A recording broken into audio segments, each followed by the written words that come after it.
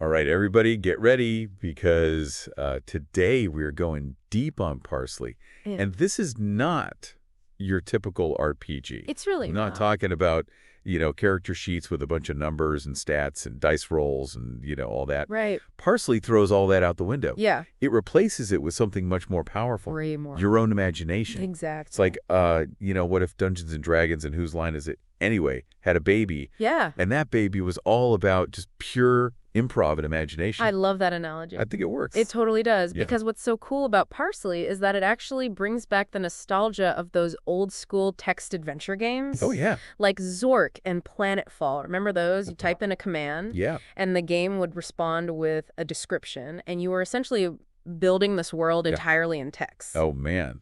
Those were the days. I know, right? Yeah. But Parsely takes that idea and Uh-huh. there adds this really cool human element to it. So how does that actually work? So instead of a computer program, you have an actual human being who's called the parser, Okay. and they act as the game engine. Well. I know, right? So they interpret your action. They describe the world around you, and they essentially become this like living, breathing storyteller. So wait, hold on. Yeah. Are you saying that there's an actual person Yes. on the other side of this game, like making stuff up as we go? Absolutely.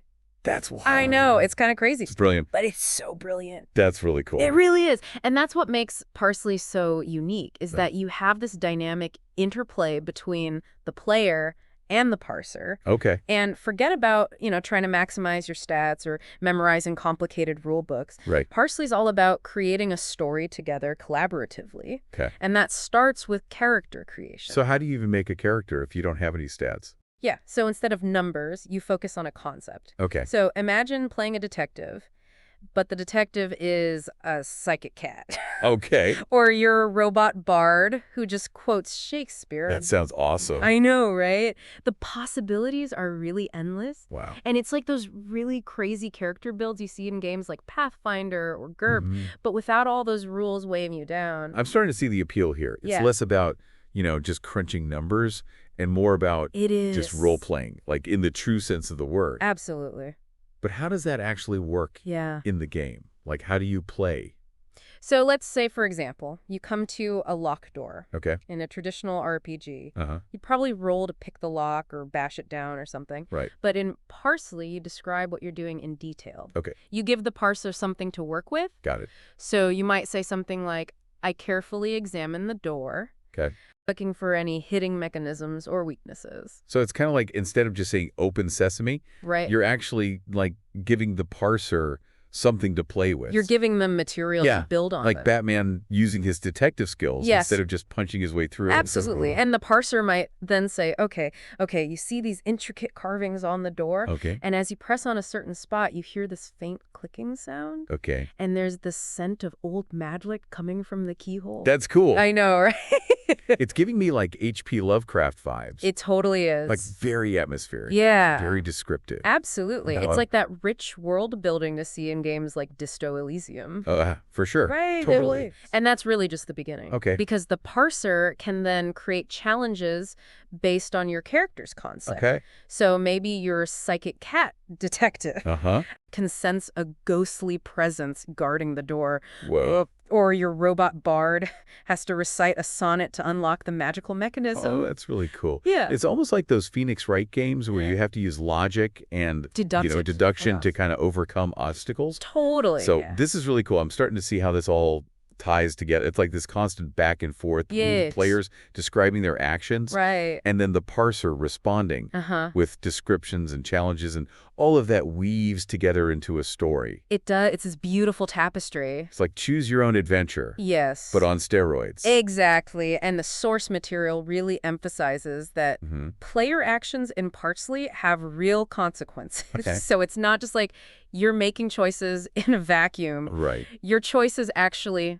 matter. Gotcha. They lead to different paths, and those paths emerge organically from the gameplay. So you're not just like on rails the whole time. It's very freeform. I like that. Yeah, so imagine you have one player who's charming a guard with a song, Okay. and another player who's distracting them with like a well-placed illusion. Very cool. Like something out of The Witcher 3. Yeah. Each choice leads to a different outcome. Okay. And it shapes the story in a way that wouldn't be possible in a pre-scripted game. So it's kind of like those Telltale games. Yes. where your choices kind of affect the story. Exactly. Even more free. More free, more flexible. That's really cool. And to really show you how deep and how much potential Parsely has, the source material dives into the adventures of a player named Roxy. All right. And their experiences really show how even simple commands like look or take or talk can lead to these really incredible moments of storytelling. Okay, I'm all ears. All right, so let's hear about Roxy and their Parsely exploits. Tell me everything. Okay, so one scenario is called Carnival of Cliz. Okay. And it puts Roxy in this bustling carnival.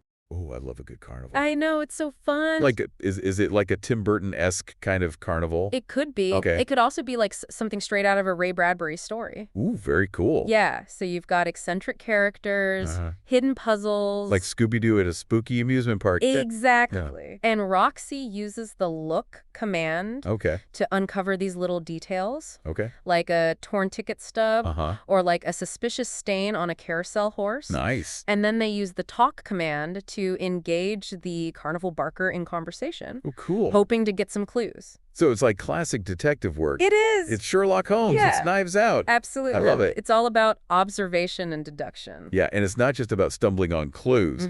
It's about actually using your character's skills to kind of piece it all together. To figure out what's going on. I like that way more than... It's so much more engaging. Just rolling dice. Than just rolling dice. Yeah. Yeah. And it highlights another key element of Parsely, which is important of player detail. The more descriptive your actions are, the more the parser has to work with, and the richer and more immersive the experiences. So it's kind of like those point-and-click adventures, like Monkey Island, Fandango, where every interaction can lead to something hilarious or something surprising. So you're not just passively consuming a story. You're actually like... You're actively shaping it with your actions and descriptions. I love it. I know, it's so cool. What about combat?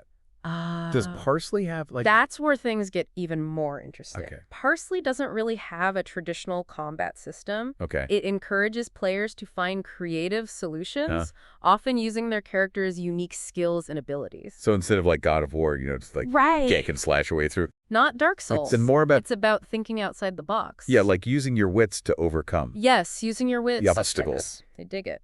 And in another scenario called Troll Trouble, Roxy actually avoids a direct confrontation with a troll. Oh, wow. By challenging it to a riddle contest. Very cool. So they tap into folklore and their knowledge of Trollish culture. It's like Bilbo Baggins and Mellon. Outsmarting Mellon in The Hobbit. It's like brains over brawn. It is. I love that.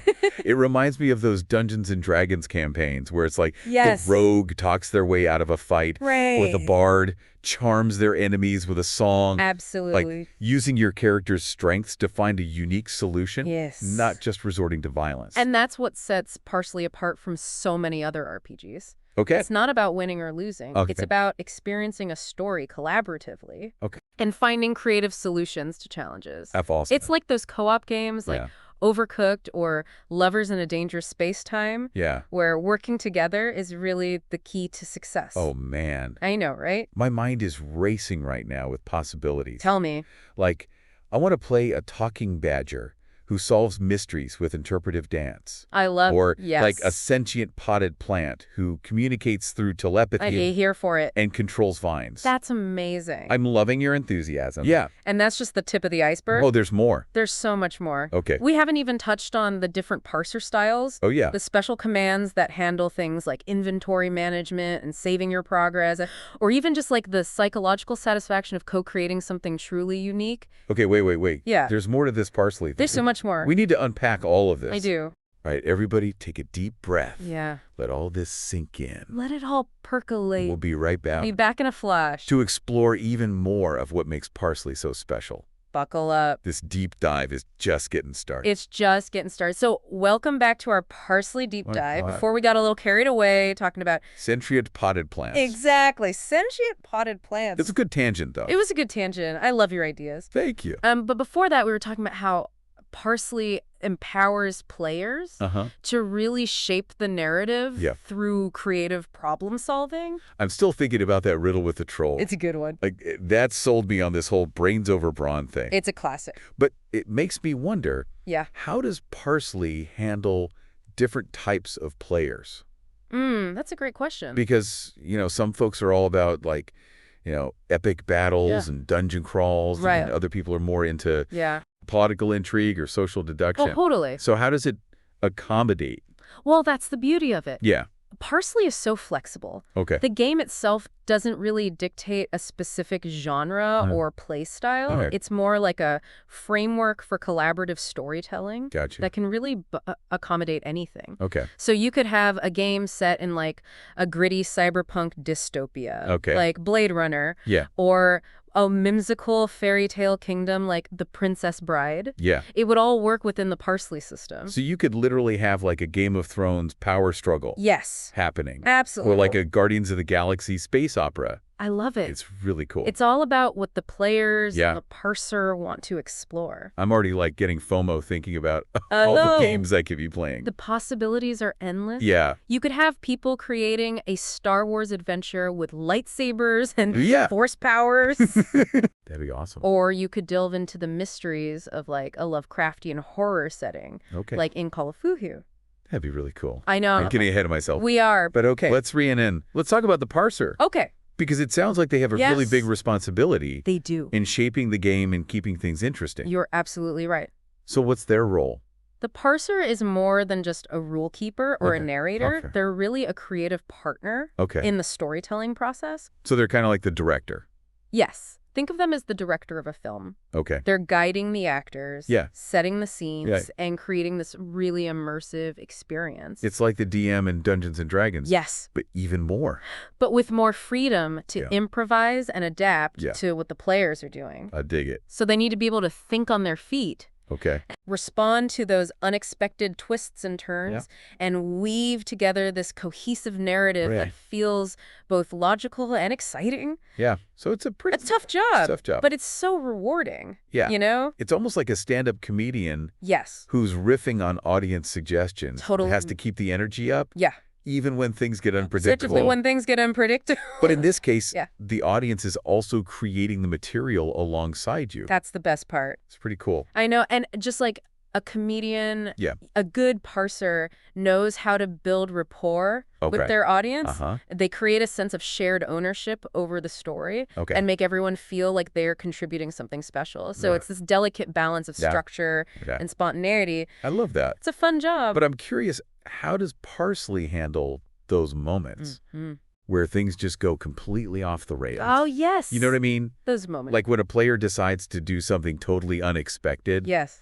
That just throws the entire narrative for a loop. I love those moments. They're great. They're the best. But how does the parser deal with that? Yeah, so the parser in those situations needs to be a master of improvisation. Like those jazz musicians who can just seamlessly transition from a familiar melody to a completely unexpected solo. It's like playing Cards Against Humanity. Yes. With a group of friends who are just all trying to outdo each other. Exactly. With the most outrageous combinations. And you never know what's going to happen. You never know. That's what makes it so fun. It's so much fun. And just like in Cards Against Humanity, sometimes those most unexpected and seemingly chaotic moments lead to the biggest laughs and the most memorable stories. That's true. That's part of the magic of Parsely. Yeah. Embracing the unknown and trusting that even if things go off script, it's all part of the creative journey. So you're saying even if a player throws a curveball, like decides to ride a giant space hamster into battle love it. Instead of using a spaceship. Give me that giant space hamster. A good parser can roll with it. They can roll with it. You can make it work. They can make it work. They might need to think on their feet a little bit and get creative with their problem solving. Sure.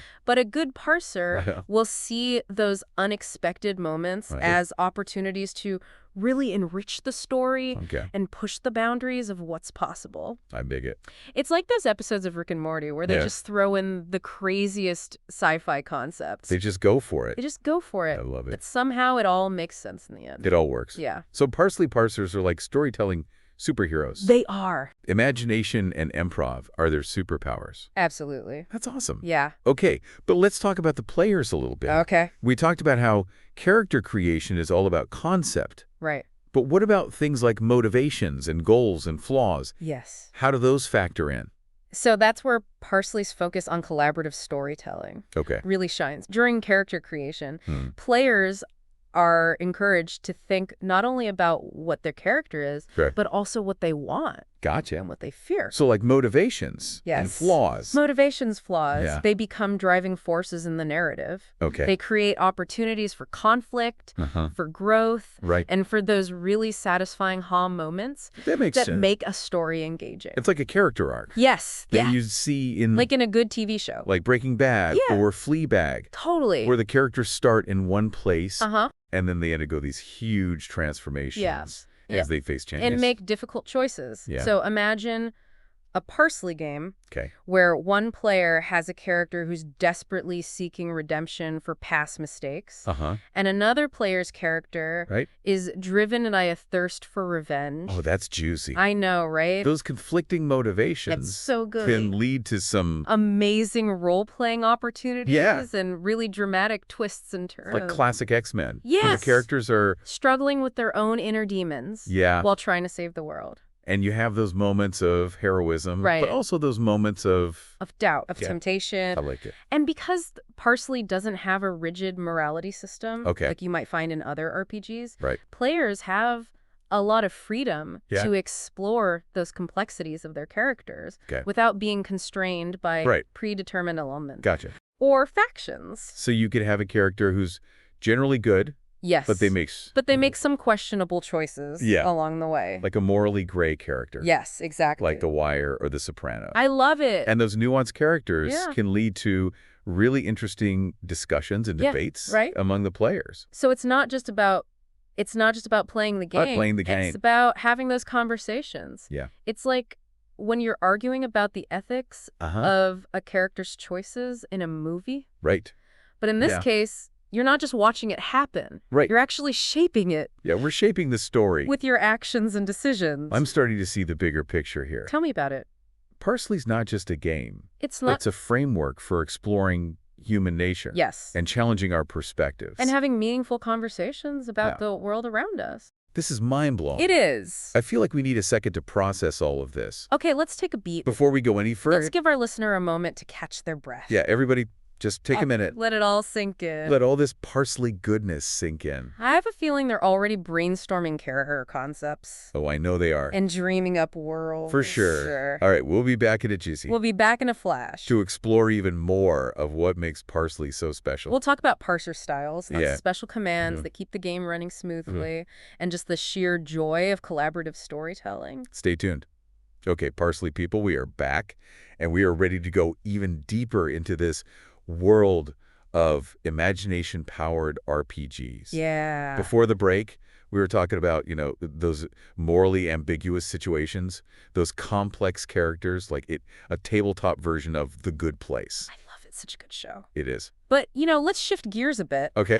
And talk about the parser. Yes. The unsung hero of Parsely. Yeah. We touched on different parser styles earlier. Yes. Can you remind us a little bit about that? So are we talking like different schools of storytelling? Kind of. Like, is there like a Stan Lee school of like bombastic action? There could be. Or a David Lynch school of like surreal mystery. Yeah. Or maybe even a Jane Austen school of social satire. You got it. I'm just throwing out ideas. I love it. I love it. Well, the source material highlights how some parsers are like master architects. Okay. They meticulously build these worlds with such detail and history. It's like Tolkien creating Middle-earth. Exactly. Or the people who created Avatar, The Last Airbender. Yeah, with that rich mythology. So they really revel in that world-building aspect. They do. Okay, cool. They want to create that depth. That history that draws players in. Yeah. But then you have parsers who are more like improv masters. They're riffing off of the player actions. And they inject humor into every situation. Oh, yeah. It's like Robin Williams and Aladdin or, just the quick wit of like a whose line is it? Anyway, a cast member. Yeah.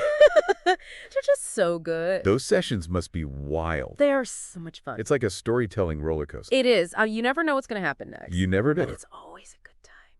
And then you have parsers who strike that balance. Yes. Like they plan out their world, but they also leave room for improv. Exactly. So it's like the best of both worlds? Yes, it's like the creators of Futurama. They blend sci-fi concepts with sharp humor. Yeah. And, those heartfelt character moments. Yeah, Futurama does that so well. So good. It's like finding the right parser is almost as important as finding the right players. It is. It's like choosing a band for your wedding. Yeah. You want someone who gets you. Absolutely. Someone who matches your vibe. And that's one of the things that makes Parsely is so versatile and so appealing. Okay. There's a parser out there for everyone. So if I want a Tolkien-esque epic, you got it. I can find a parser for that. You go. If I want Monty Python absurdity, you can find that too. I can find a parser for that. Absolutely. This is amazing. It is. Okay, so let's get practical for a second. Okay.